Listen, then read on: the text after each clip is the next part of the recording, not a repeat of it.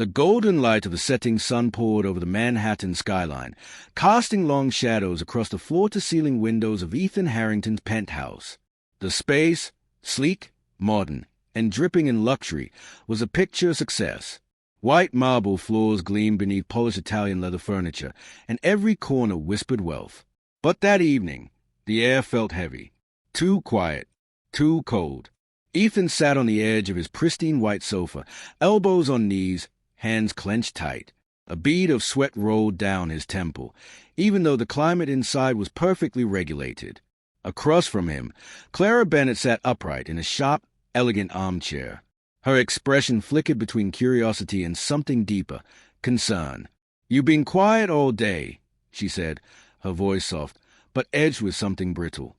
Her emerald green eyes searched his face. "What's going on, Ethan?" He looked up for a brief second, then dropped his gaze again, throat dry, heart hammering like a war drum. He'd practiced this conversation in his head a dozen times, but now that it was real, his courage was slipping through his fingers like sand. "Clara," he said, voice low and cracked, "there's something I need to tell you." She sat up straighter, her brow furrowed. "What is it?" He let out a breath, long and tight. "I've lost everything," he said. The words came out in a rush, like a dam bursting. "The business, the investments, everything's gone. I'm bankrupt." Silence filled the room. Clara blinked, her lips parting slightly. She leaned back, instinctively clutching the delicate gold pendant around her neck, the one Ethan had given her on their last anniversary. "Ethan," she whispered, "what are you saying? This isn't funny." "I wish it was," he said, his voice heavy. "The market crashed. I made a few bad calls. It all unraveled so fast. The bank's taking everything. The house, the cars, even the company." She shook her head slowly, as if trying to shake the words away. "This can't be real. You're Ethan Harrington, the golden boy of Silicon Valley. You built a tech empire." "I built it, and I lost it," he replied, his voice barely audible. Then he looked her in the eyes, his own shining with emotion. "And I won't blame you if you want to walk away. Things are going to get hard, really hard, and I wouldn't blame you if you decided you didn't want this life." Something in her face shifted. The shock melted into something else, something sharper, a mixture of betrayal and disbelief. She leaned forward, slowly, and her hands trembled as she set the pendant gently back against her chest. "Reconsider us," she repeated, voice sharp. "Are you seriously telling me to leave you because you're no longer rich?" "I'm saying I don't want to hold you back," he said, standing now. His voice cracked. "You deserve someone who can give you the life you've always dreamed of. I can't offer that anymore." Clara stood abruptly, her chair scraping loudly against the polished floor. She turned away, pacing toward the massive window, arms folded tight across her chest. Outside, the city lights were beginning to twinkle against the deepening dusk. "You should have told me the truth sooner," she said quietly, without turning around. "I thought I could fix it," Ethan admitted. "I thought if I just had a little more time, I could turn it around. I didn't want to lose you." She turned slowly, her face torn between pain and clarity. "You think this is about the money," she said, voice rising. "You really think so little of me." "No," Ethan said quickly, stepping toward her. "It's just, I've seen what money does to people. I didn't want it to poison what we have." Her eyes brimmed with unshed tears as she stepped toward him. She reached for her hand, and slowly slid the engagement ring from her finger. Ethan's breath caught in his throat.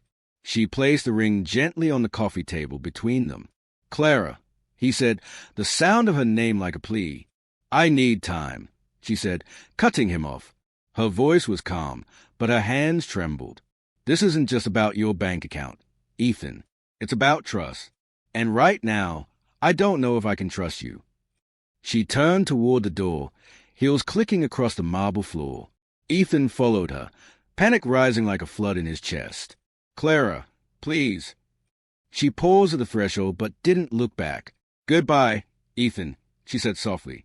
Then she walked out, the door clicking shut behind her. Ethan stood there, frozen in place, his hand still outstretched. Slowly, he turned back to the empty room. The silence was deafening. He sank onto the couch and buried his face in his hands. "What have I done?"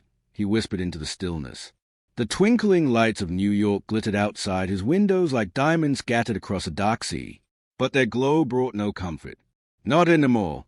Ethan leaned back in his chair later that night, a glass of whiskey in hand. His mind was spinning, haunted by Clara's expression, the pain in her voice, the way she laid the ring down like it weighed 1,000 pounds. He had told her he was bankrupt.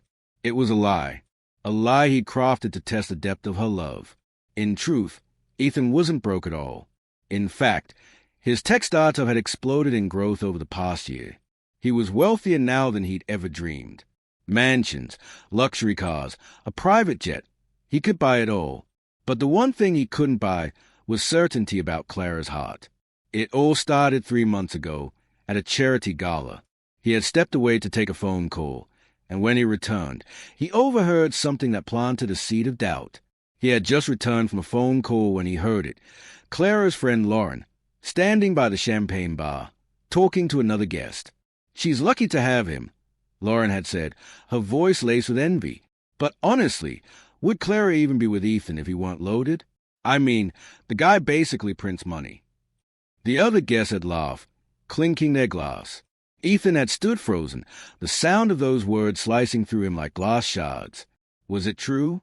Did Clara love him, or did she love the life he gave her? That question had clung to him ever since, echoing in his mind day and night. He knew Clara. She was kind, grounded, compassionate. But once the seed of doubt had been planted, it grew like a weed. He couldn't stop wondering. And so he tested her. Now, the engagement ring sat alone on the table, a gleaming monument to the consequences of his own fear. The soft chime of the elevator broke the silence. A moment later, the familiar click of footsteps approached.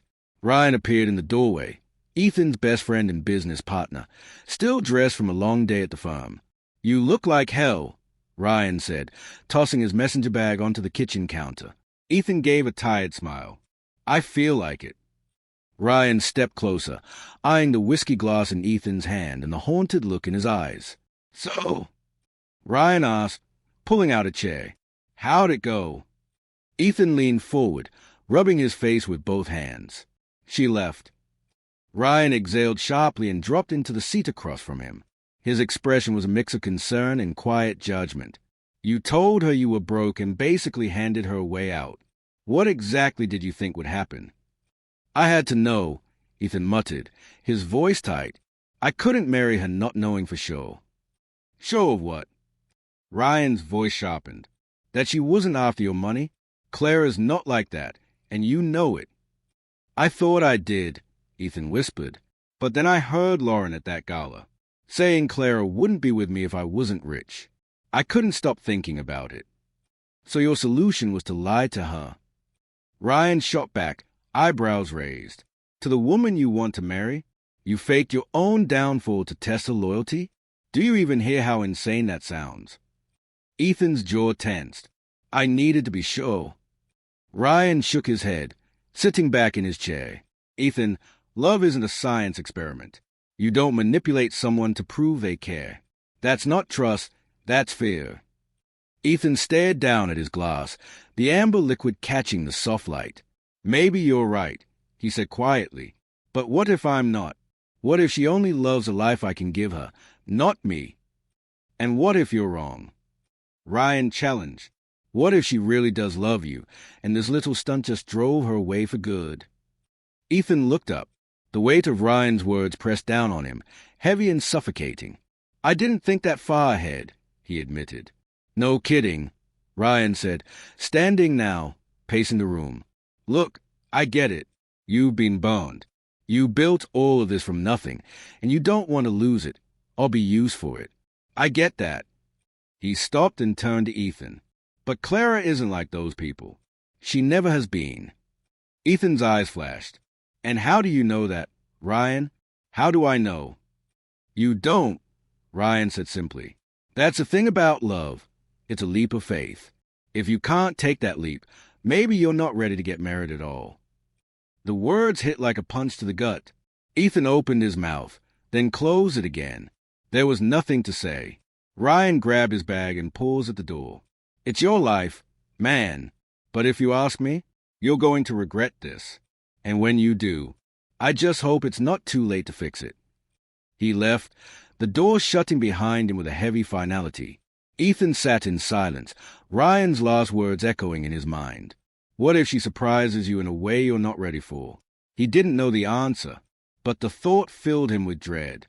Across the city, headlights streaked past as Clara Bennett sat quietly in the back of a yellow cab, her hands folded tightly in her lap. She stared out the window, her reflection blurred by the moving city lights. Her emerald eyes shimmered, but she refused to cry. Not yet. Not here. Her mind replayed the moment Ethan had told her he was broke. The fear in his voice, the pain in his eyes, and the ring she'd laid down like a line drawn in the sand. The cab pulled up in front of her apartment building. We're here, the driver said. Clara nodded and handed him the fare. Thank you, she murmured, stepping out into the still night air. Inside her apartment, the silence felt louder than ever. She dropped her purse by the door and collapsed onto the couch. Her gaze fell to her hand, the ring still cradled in her palm. The diamond sparkled in the lamplight, but all she saw was a promise broken. She loved Ethan, deeply, honestly, but tonight he had shattered something inside her. It wasn't the lie about his money that hurt most. It was the fact that he didn't trust her enough to tell her the truth. She pressed her palms to her face. A sob broke free, sharp and sudden. Why didn't you just tell me? She whispered. The night dragged on, long and restless, and by morning, Clara had made up her mind. She couldn't stay in the city. Not like this. She needed space, clarity, something real. The scent of pine greeted her as she stepped off the train in her hometown, a quiet, tree-lined town nestled in the countryside. Her parents' modest home came into view as she walked down the familiar street. There was comfort in the stillness. Her mother opened the door with a surprised smile and wrapped her in a tight hug. Clara, sweetheart. What a surprise. What are you doing here? Clara managed a tired smile. Just needed some time away. Inside the cozy kitchen, her father joined them, his rough hands folded on the table as he listened to Clara's story. She spared them the details about Ethan's money, focusing instead on what truly hurt, the betrayal, the doubt. I thought I knew him, she said, voice trembling. But now I don't know what to believe. If he didn't trust me enough to be honest, what does that say about us? Her mother reached over and gently took her hand. Love isn't always simple. Clara, people mess up, especially when they're scared. That doesn't mean they don't love you. Her father nodded, his voice low and steady. Real love doesn't come from what you have. It shows in who you are when you have nothing. That's when you see someone's true heart. Those words settled into Clara's soul, and for the first time since last night, she began to wonder what Ethan's heart really looked like beneath the fur. The days in the quiet countryside passed slowly. Clara spent her time helping her parents around their cozy home, baking pies with her mother, fixing up the garden with her father, and taking long, thoughtful walks along winding country roads lined with maple trees and singing birds. It was during one of those walks, with a breeze tugging gently at her sweater and the late afternoon sun kissing the hills, that clarity finally came. She still loved Ethan. As much as it hurt, that part had never changed. But what haunted her even more was the thought of him suffering alone. No matter what he had done, no matter how deeply he had hurt her, the idea of him sitting in that cold penthouse with the world crashing down around him, it broke something inside her. Back in her childhood bedroom, Clara sat at her old wooden desk, fingers trembling as she opened her laptop. She searched his company records, then quietly tracked down the name of his attorney. Thomas Wells. She hesitated only for a moment, then dialed. Thomas Wells speaking, came the brisk, professional voice. Hi, my name is Clara Bennett, she began, her voice firm but soft. I was engaged to Ethan Harrington. I heard is in financial trouble, and I want to help. There was a long pause on the other end. Miss Bennett, Thomas said, clearly caught off guard. I'm not sure I'm at liberty to discuss Mr. Harrington's affairs. I don't need details, Clara said quickly. I just want to know how much I can contribute. I have some savings, and I'm willing to sell what I can. Please, I'm serious. Thomas hesitated. That's a very generous offer, Miss Bennet. Are you certain about this? Yes, she said, her voice steady now. Please, let me do this. After hanging up, Clara turned to her closet. One by one, she pulled out the things that had once represented a future she thought she understood. Designer dresses, jewelry, luxury shoes, all gift from Ethan. She carefully folded them, packed them into boxes, and listed them for sale. And as she did, a strange sense of peace washed over her. This wasn't about proving anything. Not to Ethan, not to anyone. This was about doing what felt right. No matter what had happened between them, she couldn't just turn her back on him. A few days later, she received an email confirming that the funds had been deposited into Ethan's account. Clara sat by the window, looking out at the familiar street she'd grown up on. The quiet of the countryside wrapped around her like a warm blanket, but her heart still ached. She didn't expect thanks. She didn't expect him to call. She wasn't even sure if he'd ever find out it was her. But in her own quiet way, she had kept her promise, to love him, even when it hurt.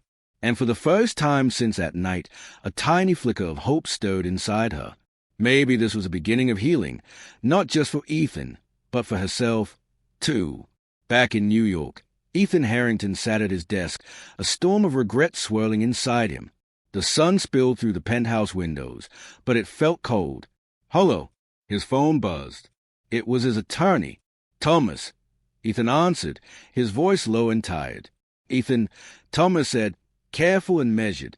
Something unexpected just happened. There's been a deposit made to your account. Ethan's brow furrowed. From who? Clara Bennet, Thomas replied.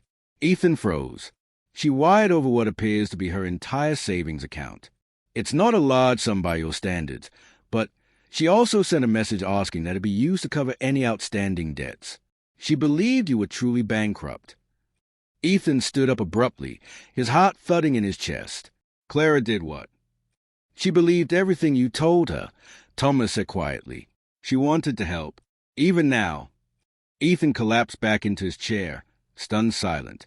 His breath caught in his throat as the truth settled over him like an avalanche. She had believed his lie, and she had given everything, not to win him back, not for recognition, but simply because she loved him. He rubbed a hand over his face, guilt slamming into him like a freight train. What had he done? Thomas cleared his throat. Do you want me to reverse the transaction? No, Ethan said quickly, then softened. Not yet. Let it sit for now. Please. Hours passed. Ethan sat in silence, the same couch where Clara had once sat across from him, now feeling like a chasm between what was and what could have been. In his hand, he held the engagement ring, the same one she had left behind. He turned it over slowly, his mind spiraling through memories. The way she'd laugh at his corny jokes, the way her eyes lit up when she talked about becoming a writer, the quiet way she leaned on his shoulder during long, silent evenings. She had loved him, purely, completely. A knock at the door snapped him back to reality. Ryan stood in the hallway, an envelope in hand. This came to the office, Ryan said, holding it out. Ethan took it, his stomach turning at the sight of Clara's handwriting on the front. He sat down and opened the letter, fingers trembling. Dear Ethan, by the time you read this, I'll already be gone. I decided to leave New York and start fresh somewhere new. I know we both made mistakes. And I want you to know, I don't blame you. Life throws things at us that we're not always ready for. Sometimes we make the wrong choice trying to protect the right thing. Even if we can't be together, I'll always be grateful for what we had.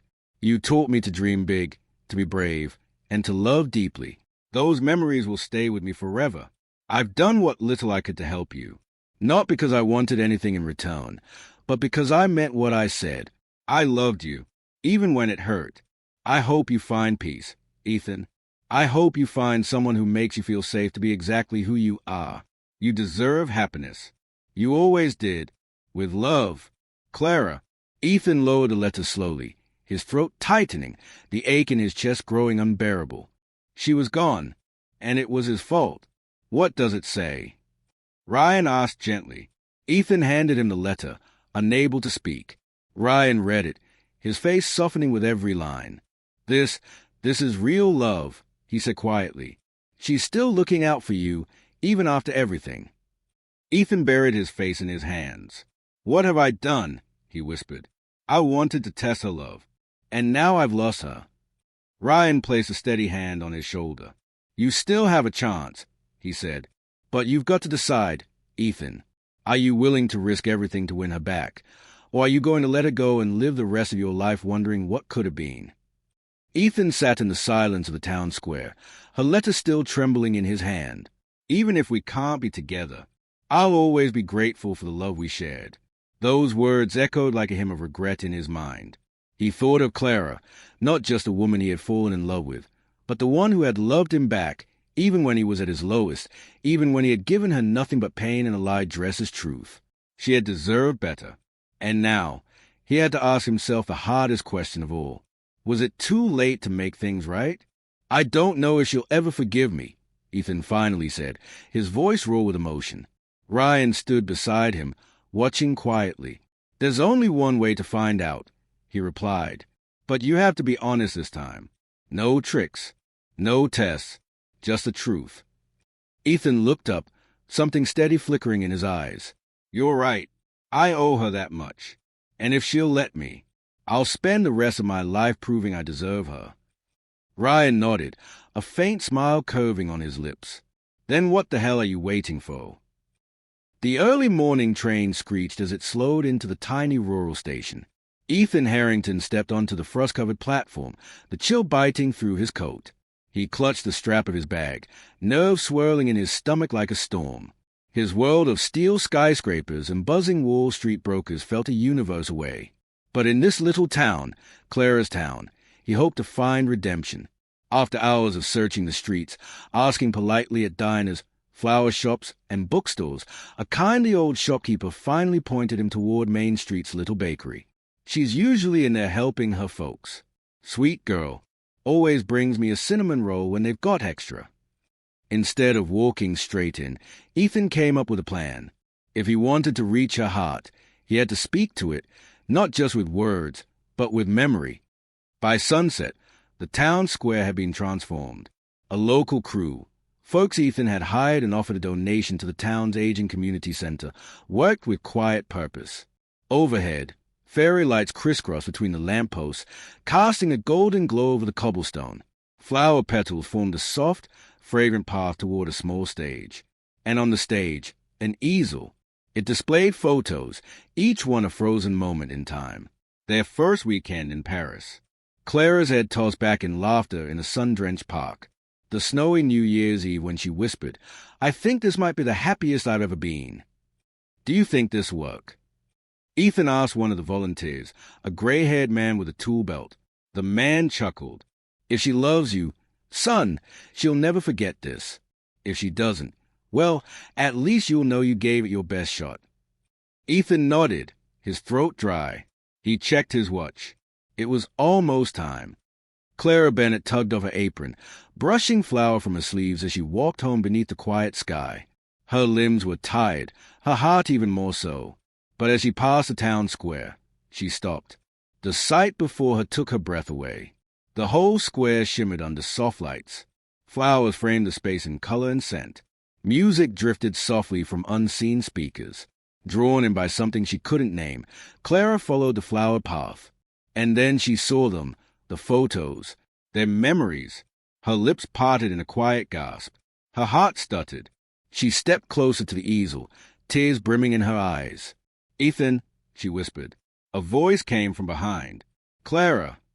She turned. There he was. Ethan stood at the edge of the stage. Gone was the tailored perfection of New York's golden boy. He looked real, human, broken, but standing. Clara's voice trembled. What are you doing here? He stepped forward slowly. I came to make things right. Her brow creased. What do you mean? He took a breath. I lied to you, Clara, about everything. I wasn't bankrupt. My business is doing better than ever.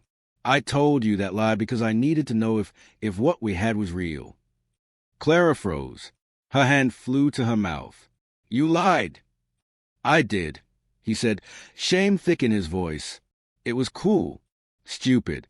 I thought I was protecting myself. But all I did was hurt the one person I never wanted to lose. He dropped to one knee. From his pocket, he pulled the engagement ring, the same one she'd left behind. Her eyes widened, heart pounding. I don't deserve your forgiveness, Clara, but I'm asking for it anyway. You loved me even when you thought I had nothing. You gave everything, your trust, your heart, even your savings, just to help me. That's a kind of love people search their whole lives for. He looked up, voice shaking. I can't undo what I did, but I can spend the rest of my life proving that I'll never take your love for granted again. You are the most valuable thing I've ever had. Clara, will you give me another chance? She stared down at him, her breath caught in her throat. The man who had broken her was now baring his soul to her.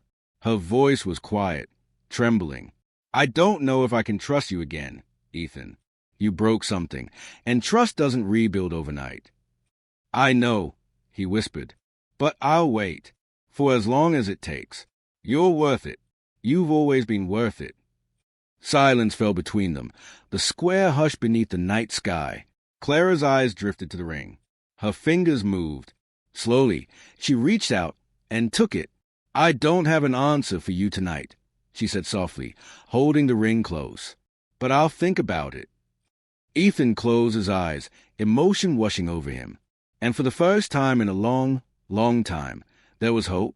Ethan's heart clenched as Clara stepped back, the engagement ring glittering faintly in her palm. I don't have an answer tonight, she had said. And then she walked away, her silhouette disappearing beneath the fairy lights that shimmered over the town square. Despite the ache in his chest, Ethan felt something stir inside him. Hope. He had spoken the truth. And now, all he could do was wait. The evening air was crisp and quiet as Clara made her way down the winding path toward home. The stars blinked gently overhead, and somewhere in the distance, crickets sang a soft, rhythmic lullaby. She clutched the ring tight in her palm. Do I give him another chance? She whispered to herself, slowing near a bench tucked beneath an old oak tree. She sat, heart still caught in the storm between anger and love, betrayal and longing. Just then, footsteps approached, slow and gentle. Excuse me, dear, came a warm voice.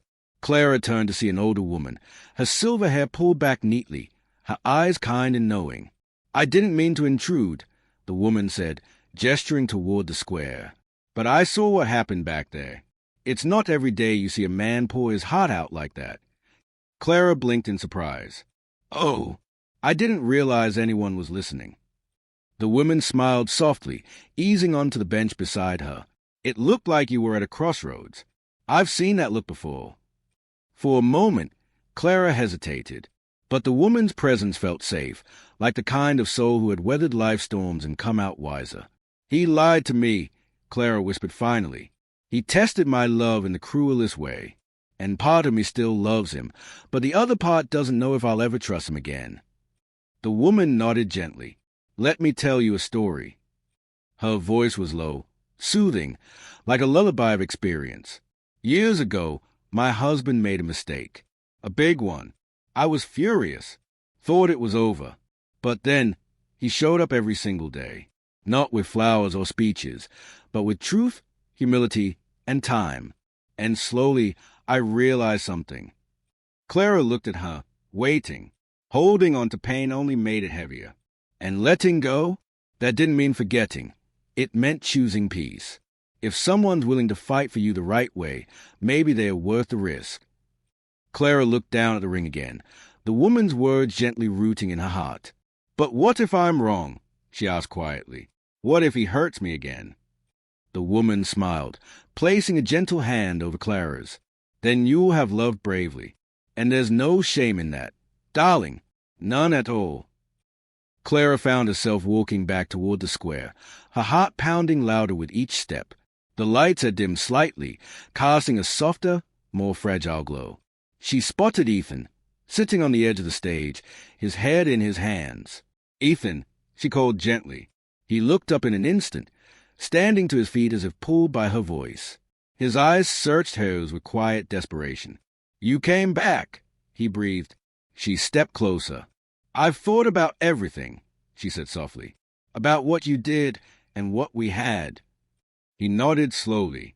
I know I hurt you, and I can't erase that, but I'll spend my life making it right, if you let me. Clara raised a hand to stop him. I'm not saying it'll be easy. Trust takes time, Ethan, but if you're willing to take it slow, one step at a time, then so am I. For a moment, Ethan just stayed, stunned. Then, his voice cracked. I'll do whatever it takes. I promise. A faint smile touched her lips. I'm holding you to that. And he did. In the weeks that followed, Ethan proved himself not through words, but through quiet, steady actions. He was patient, honest, present, and with each day, the cracks between them slowly began to heal. He also made a quiet donation to Clara's hometown, funding scholarships, repairing the community center, and supporting small businesses. When Clara confronted him, his answer was simple. This town gave me a second chance because it brought me back to you. Months later, the town square came alive again, but not for proposal. This time, it was a celebration, a community gathering Ethan and Clara planned together. String lights twinkled, music drifted through the summer air, and laughter danced with the fireflies. Clara stood at the edge of the square, her dress swaying in the warm breeze. Ethan approached her, hand outstretched. May I have this dance? She smiled. You may. They moved to the center of the square and began to sway under the canopy of stars. The world melted away. In that moment, nothing else mattered. Not the past, not the mistakes, not the pain. Just the rhythm of their hearts, beating once again as one. Thank you, Clara whispered, her voice soft against his shoulder, for not giving up. Ethan kissed her forehead gently. Thank you for letting me try. As they danced beneath the glowing lights, surrounded by laughter, hope, and music, they knew one thing for certain. They had found their way back, not because they were perfect, but because they chose to grow, forgive, and begin again. Dizzy moral of the story. True love isn't tested by wealth or appearances, but by the willingness to forgive, to grow, and to show up when it matters most. When two people choose each other again, despite the scars, that's where real love begins. Sometimes, the second chance is the one that lasts forever.